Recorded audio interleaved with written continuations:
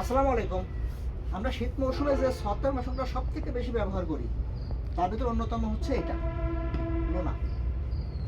Luna ছাড়াও আমরা iprodione একটা গ্রুপ আছে, বিভিন্ন কোম্পানি বিভিন্ন নামে বিক্রি করে, এটা ব্যবহার করি।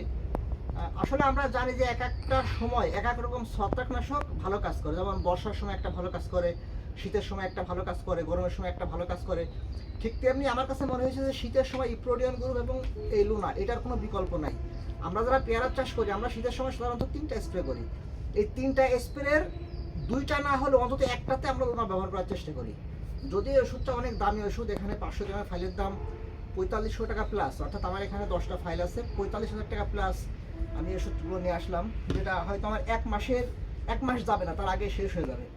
তো আমরা যেহেতু উচ্চমূল্যের ফল ফসল নিয়ে কাজ করি, আর আমরা জানি যে এই শীতের সময়, শীতের শুরুতে গাছে বর্ষার মতো একটা ফল আসে, অর্থাৎ শীতের শুরুতে এবং শীতের শেষে একরকম একটা ফল আসে। যদি আমরা এই ফলটা টিকাইতে চাই তাহলে লুনার কোনো বিকল্প নাই।